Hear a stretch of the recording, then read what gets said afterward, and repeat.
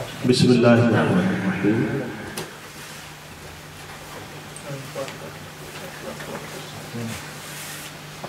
اعوذ باللہ من الشیطان الرجیم. ان اللہ وملائکتہ یصلون علی النبی یا ایھا الذین آمنوا صلوا علیہ وسلموا تسلیما. صدق اللہ مولانا العظیم. اللہم صل علی سیدنا مولانا محمد وعلى آلہ وصحبہ وسلم. انتہائی واجب الاحترام محترم برادر عزیز حضرت علامہ امتیاز علی صاحب، سب سے پہلے میں ان کو دل کی عطا گہرائیوں سے اس خوبصورت گھر کے خریداری پر مبارکباد پیش کرتا ہوں. اللہ تعالیٰ کا یہ بڑا فضل اور احسان ہے کہ اللہ تعالیٰ نے حافظ صاحب کو اپنی رہائش سے سرفراز کیا ہے.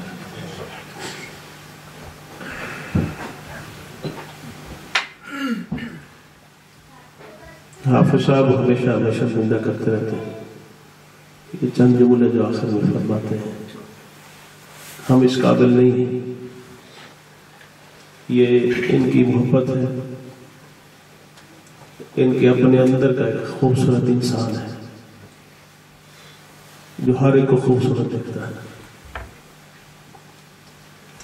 اور ہمیں بھی اسی طرح جو ہم نہیں ہیں یہ خوبصورت دیکھتے ہیں. اللہ تعالیٰ ہمیں ویسا بنا دے.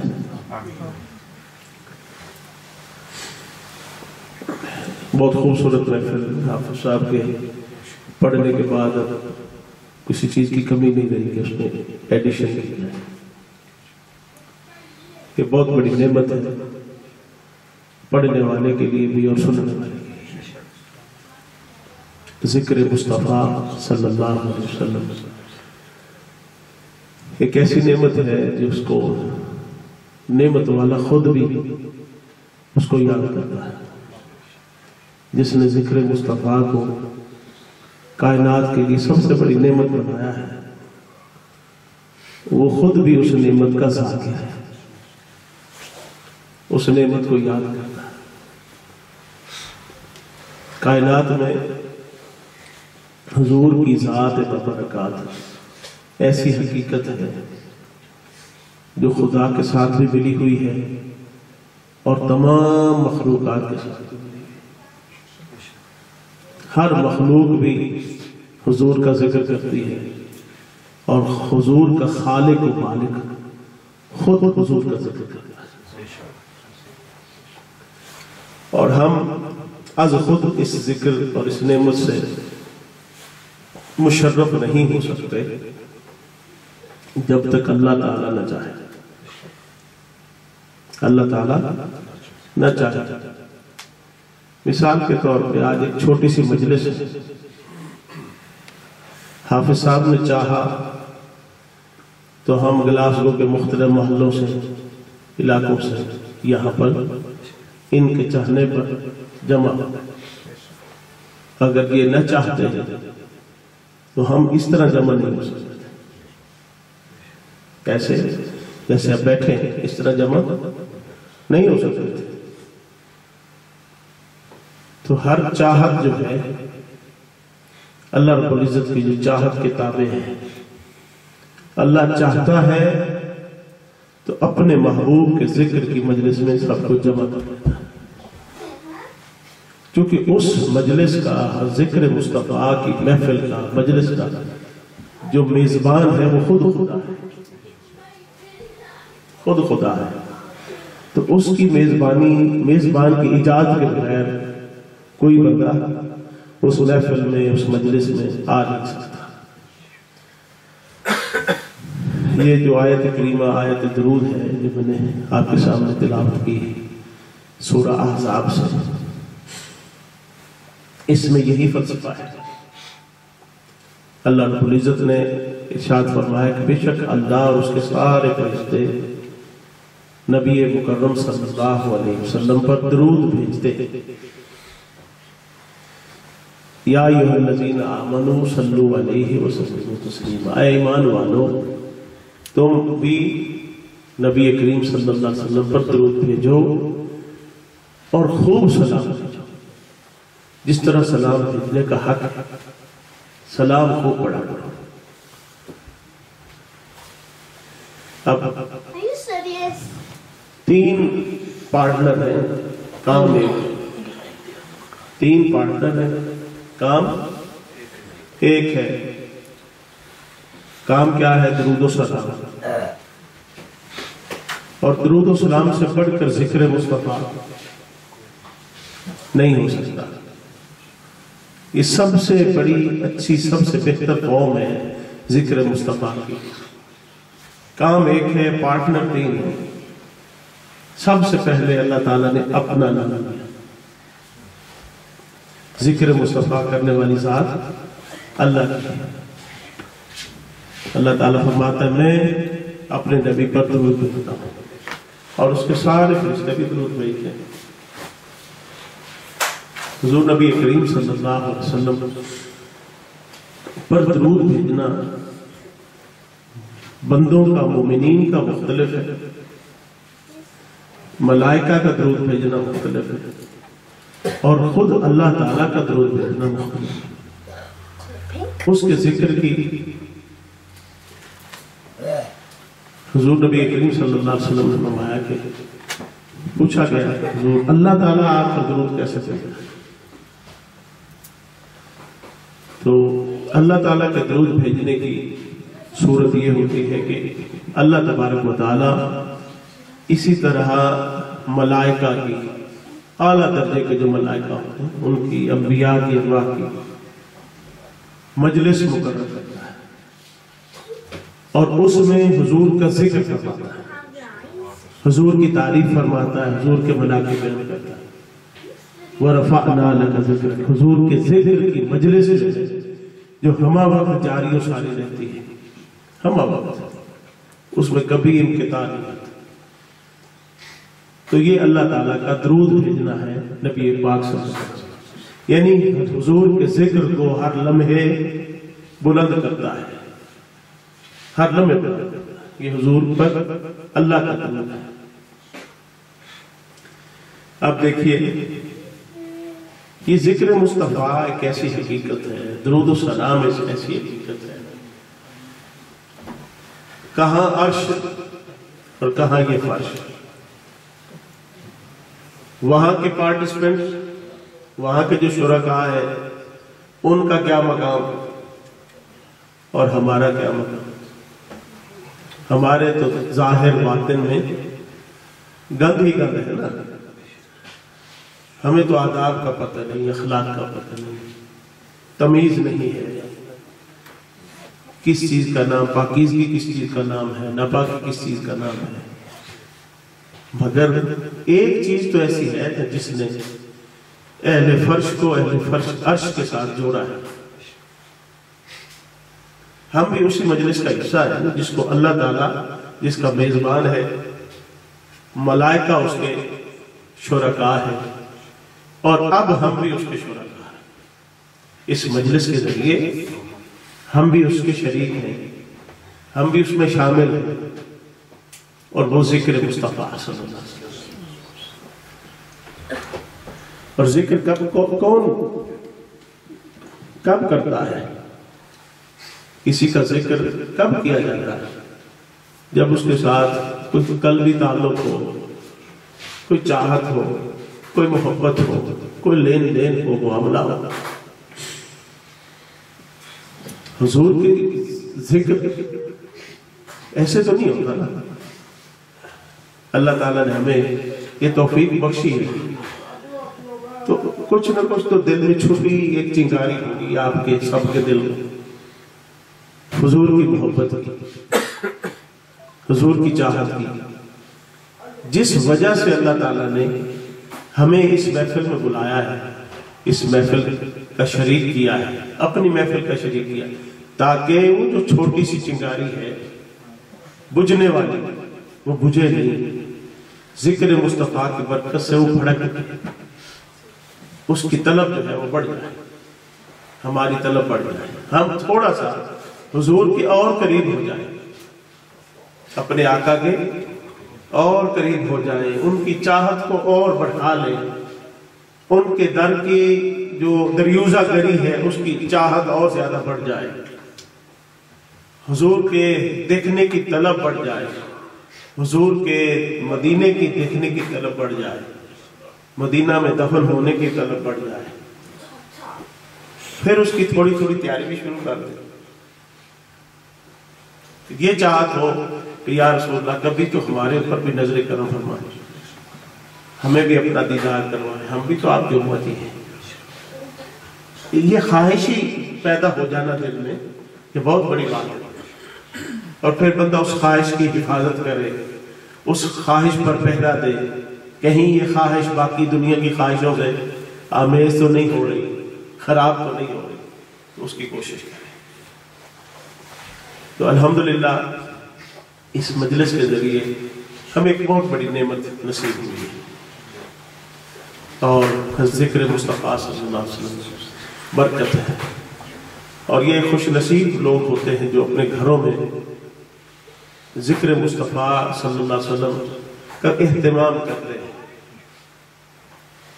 مجھے نہیں معلوم، یقیناً آپ کرتے ہوں گے، اپنے آپ سے پوچھیں کہ ہمارے اپنے گھروں میں ذکر مصطفیٰ ہوئے کتنا عرصہ ہو گیا ہوگا، بس اپنے آپ سے پوچھیں۔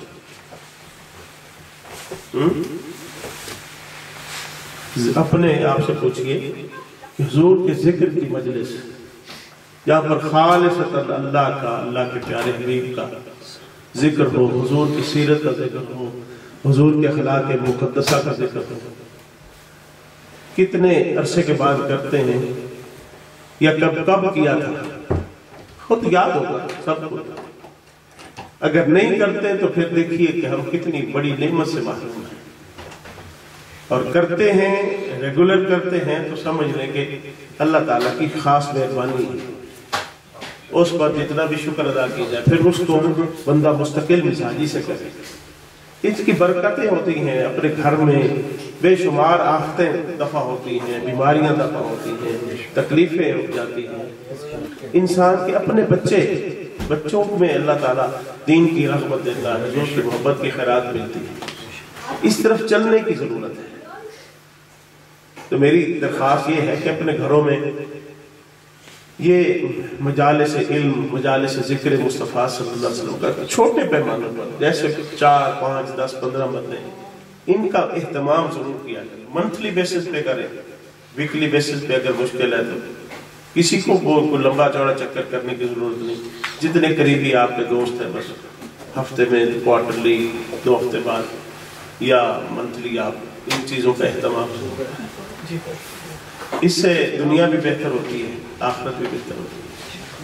دیکھیے ہر ایک کی اپنے فرائض ہیں نا، فرض نماز ہم پڑھتے ہیں اپنی، چونکہ فرض نہیں پڑھیں گے تو گناہ گار ہوں گے، اسی طرح روزی کمانا بھی فرض ہے، آپ صبح سے شام تک ایک ڈیوٹی دیتے ہیں، ہم سب دیتے ہیں، تو رزق کا ذریعہ ہے نا۔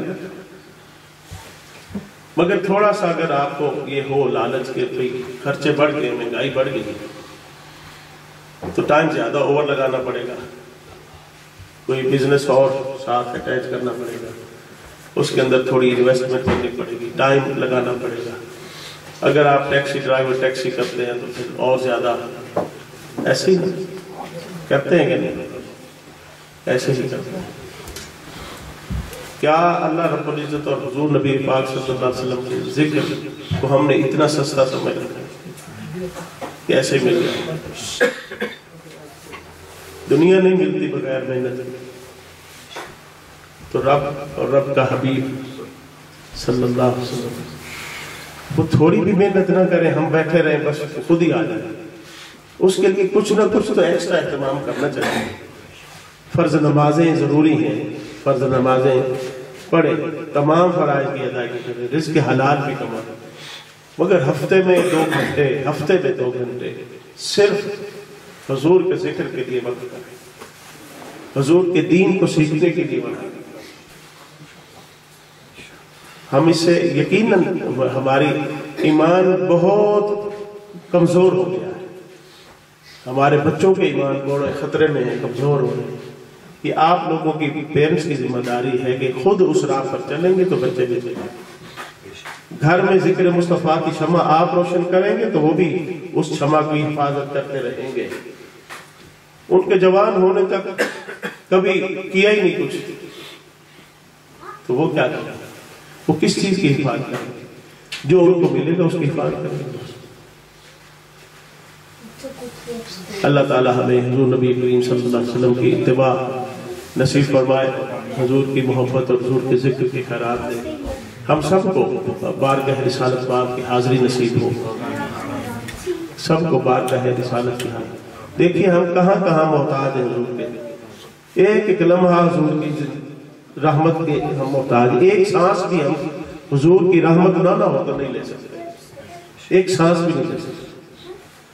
مریں گے آتما ایمان پر تب ہوگا جب کرم ہوگا، حضور کا نام لیں گے لا الہ الا اللہ محمد رسول اللہ، قبر میں حضور کو پہچانیں گے تو بات بنے گی، نہیں تو نہیں بنے گی۔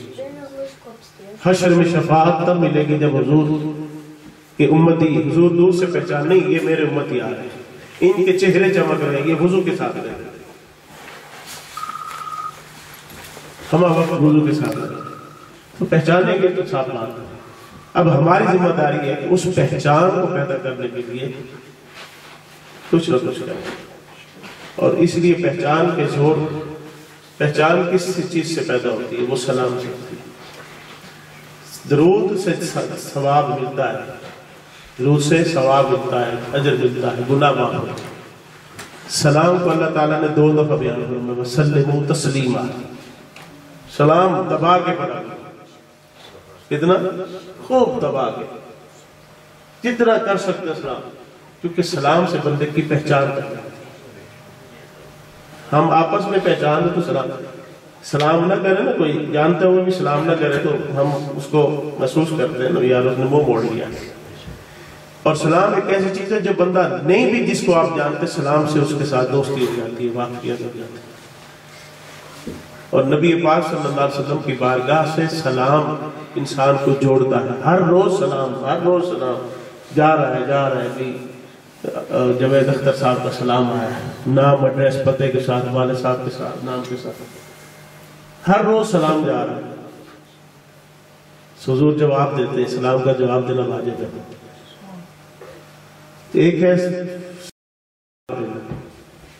ہے توجہ فرما کے جواب دینا، توجہ فرما کر جواب اگر ہم چاہتے ہیں نا، توجہ والا جواب، اس کے لیے توجہ والا سلام چاہیے، توجہ ادھر چاہیے، ادھر سے توجہ والا جواب آئے گا، ہمیں محسوس بھی ہوگا۔ بعض تو پھر سنتے بھی ہیں جواب، بعض اس جواب کو سنتے بھی ہیں، اتحیات پڑھتے ہیں نا، اتحیات للہ، السلام علیکہ، اے پیارے آقا آپ پر سلام ہو، نماز ہو۔ حضرت امام غزالی فرماتے ہیں کہ آپ کے بارے میں منقول ہے کہ آپ اس وقت تک آگے نہیں پڑھتے تھے اشہد ان لا الہ الا اللہ، جب تک حضور کا سلام آپ سنتے تھے جواب۔ ہر دور کے غزالی ہوتے ہیں، کئی غزالی، ان کو سوال سلاموں کے جواب آتے ہیں۔ مولانا عبد الرحمن جامی جن کا کلام ہم سن کے عشق مصطفیٰ کی خیرات لیتے ہیں، وہ جاتے تھے مدینہ پاک میں تو سلام کرتے، یا ان کو سلام کا جواب آتا تھا مولانا عبد الرحمن جامی کو، تو حضور سلام کا جواب دیتے ہیں، اے جامی خوش روی و باقائی، آباد رہے جامی، پھر پلٹ کے بھی پلٹ کے بھی 17 مرتبہ حضرت کو مولانا عبد الرحمن جامی کو حاضری نصیب ہوئی۔ 17ویں جب مرتبہ جب آپ گئے نا تو سلام عرض کیا، یا رسول اللہ السلام علیکم۔ حضور نے فرمایا جامی خوش رہو، اب آگا سمجھ گئے کہ اگلے سال بلاوا نہیں، یہ میری زندگی کا آخری سال ہے، کیونکہ حضور نے صرف فرمایا ہے اے جامی خوش رہے، یہ نہیں فرمایا کہ پلٹ کر گیا۔ اس طرح کی تھوڑی بہت جو ہے نا جو حرارت ہے، حرارت ایمانی، وہ ذکر مصطفیٰ سے نصیب ہوتی ہے، حضور کی دیوانگی سے نصیب ہوتی ہے۔ بندے کے عمل جیسے بھی ہو، یہ محبت جب آتی ہے تو پھر کسبل جو ہے خود نکلنے شروع ہو جاتے ہیں، پھر بندہ محبت سیدھا کر لیتا ہے۔ اگر محبت میں وفاداری، جانثاری یہ ایسی ہو کہ بس پھر جیسے صحابہ کرام کی تھی اس طرح کی چاہت جو بڑھتی چلی جاتی ہے، پھر محبت ایک ایسی آگ ہوتی ہے کہ پھر میل کچیل نکال دیتی ہے۔ اللہ تعالیٰ ہمیں عمل کی توفیق دے، اللہ تعالیٰ حافظ صاحب کے گھر کو بھی آباد رکھے، انہوں نے جو اللہ کا گھر بنایا مسجد اپنا مرکز، اس کو بھی آباد رکھے، اور اللہ تعالیٰ اب حافظ صاحب کو ان کا گھر آباد کرنے والی بھی دے، نہیں تو یہ ویسے ہی مجرد رہ جائیں گے۔ تو اب تو لوگ یہ کہنا شروع کر دیا شاید فیضان اور ان کی شادی کٹھی ہوئی۔ ہاں میں بھی، تو اللہ خیر کرے انشاءاللہ، تو اللہ تعالیٰ ان کی جلد جو ہے ایک سے دو کرے۔